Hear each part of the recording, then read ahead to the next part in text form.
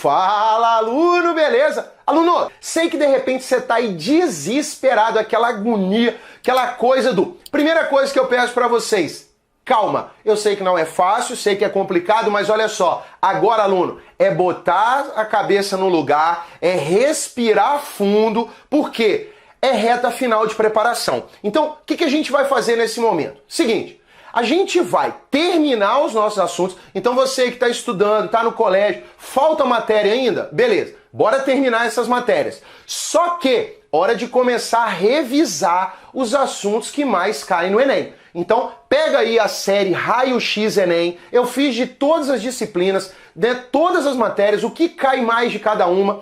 Bora começar a revisar estes assuntos específicos. Então, agora é planejamento. Pegar, sentar, montar o seu cronograma de estudo até o Enem, o que você vai estudar até lá, o que você vai revisar. Então, esse é o momento de cabeça fria, começar a dar aquela caminhada diariamente. Lembra que a resistência física, o preparo físico é muito importante para a prova. Então, bora começar a dar aquela caminhada aí todo dia, com calma, respiração. Treine técnicas de respiração, isso vai te ajudar a acalmar, inclusive vai te ajudar muito na hora da prova. Então, uma dica aí para vocês. Nesse vídeo de Química Geral, se eu estivesse aí nessa preparação do Enem, se eu tivesse agora tendo que estudar, o que eu iria revisar? Então, bora lá. Primeira coisa, questão de modelos atômicos.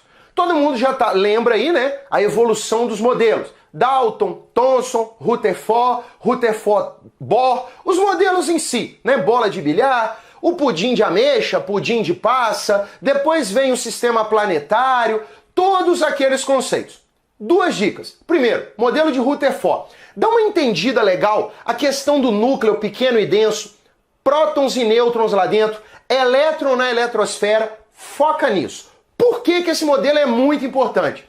Primeiro, aluno, lá em radioatividade, que é um assunto que cai muito no Enem, você precisa ter essa noção de núcleo para a radioatividade ficar bem tranquilo, ficar bem simples. Então, o modelo de Rutherford, é importante você dar uma olhada nele, dar uma revisada, passar o olho aí só para você entender. Agora, quando entra Bohr na parada, aí vem o salto quântico.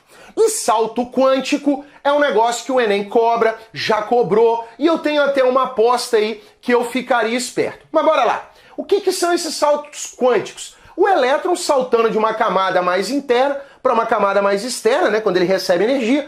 Quando ele volta, libera energia na forma de luz. Aí você tem o fenômeno da fluorescência, da fosforescência. Fluorescência seria o elétron indo e voltando rápido. Fosforescência, ele vai e demora a voltar. Os negócios que brilham no escuro. Então, bora dar uma olhada nisso para não ter problema. Só que agora eu abro um parênteses e falo assim, segura aí, aluno, pelo seguinte, existe a quimioluminescência e você tem que ficar ligado nela. A quimioluminescência são reações químicas que liberam luz. Vou te dar dois exemplos aqui. Aquelas pulseirinhas que a galera quebrava aí nas festinhas, não tem? Aquelas pulseiras, a rapaziada quebra, libera luz, beleza. Ali é uma reação química que libera luz. E você tem o caso do luminol, o exemplo do luminol, aquela galera lá do CSI, investigação forense, usando aquele líquido para poder detectar mancha de sangue. Então ali são reações químicas que produzem luz. O luminol, inclusive, foi questão do Enem, do velho Enem, e eu daria uma olhadinha nessa questão aí específica do luminol do Enem, porque é importante. Claro que dentro dessa linha tem a bioluminescência, que seriam aqueles seres vivos, né, os animais que produzem luz. Então, fica aí uma dica. Dentro de modelos atômicos, salto quântico, já que você está falando de fluorescência, fosforescência, aproveita, dá uma passada em quimioluminescência, dá uma passada em bioluminescência. Então, primeiro momento aí, tranquilo, anotou, tá sossegado. No final eu vou sair aqui, vou deixar o quadro para você copiar tudo, fica sossegado. Agora, quando eu falo de separação de mistura, é um assunto que o Enem cobra bastante. Separação de mistura, até inclusive o Enem tem cobrado conceitos para você entender por que aquele cara separa. Se é por diferença de densidade, como na centrifugação, se é por granulometria, diferença de tamanho, quando você fala de uma peneiração ou tamização, beleza, métodos de separação, passa o olho. Pois bem, eu diria para você dar uma olhada em lixiviação. Por quê? Porque esse método ele é utilizado no enriquecimento de urânio. Então, lixiviação é um processo aí que dá para você ficar ligado, dar uma olhadinha, é importante. E aí depois a flotação. Tá, mas por que flotação? Aluno, o negócio é o seguinte, o acidente de Mariana já tem um tempinho que rolou, beleza, então já deu tempo das questões serem elaboradas, serem pré-testadas, irem para o banco e começarem a aparecer na prova. E como a gente está falando de Mariana, como a gente está falando de minério de ferro, aí a gente tem que lembrar que a obtenção desse ferro, o processo chamado de siderurgia, ele está na matriz do Enem, ele pode aparecer na prova. Então, bora dar uma analisada, entender o minério de ferro, como que ele é separado, entra o processo de flotação, tem que ficar ligado que esse ferro, esse minério no alto forno, ele sofre redução, tá? Fique esperto quanto a isso, tem videoaula aqui no canal disso tudo. Então, esses seriam, assim, métodos de separação de mistura que dá para ficar ligado. Claro, tem a destilação fracionada, a questão do petróleo, a gente tem aquele processo de destilação seca, quando a gente fala do carvão. Então, fica ligado. Depois a gente tem ligações químicas e interações moleculares. Aí não dá para fugir disso, já que interação molecular é o assunto que mais aparece no Enem aí, só fica junto com estequiometria, né? Foram 29 questões de cada uma, então é assunto que cai pra caramba. Dentro de interações, se liga na interação íon-dipolo. Por que íon-dipolo? Porque muita gente fica só focado na ligação de hidrogênio, fica batendo na ligação de hidrogênio. Mas a interação íon-dipolo é mais forte que a ligação de hidrogênio. E isso até o Enem já colocou numa questão falando sobre fralda descartável e fralda de pano. Então lembra disso, essas interações. Claro, a gente ainda tem aqui o dipolo permanente e temos o dipolo induzido. Então, bora lá dar uma revisada nesses assuntos, porque interação está entre os assuntos que mais aparecem no Enem. Dentro disso, a gente desce para a função inorgânica. Aqui a gente abre um parênteses gigante. Sabe por quê? Porque quando a gente fala de funções, a gente fala de ácido, a gente fala de base e a gente fala de sal. Ótimo. O que o Enem gosta de cobrar muito? Classificação dos sais. Essa questão da hidrólise dos sais, que acaba sendo um assunto de fisicoquímica, mas a gente já adianta aqui. Você entender, aluno, o que é um sal ácido, o que é um sal básico e o que é um sal neutro.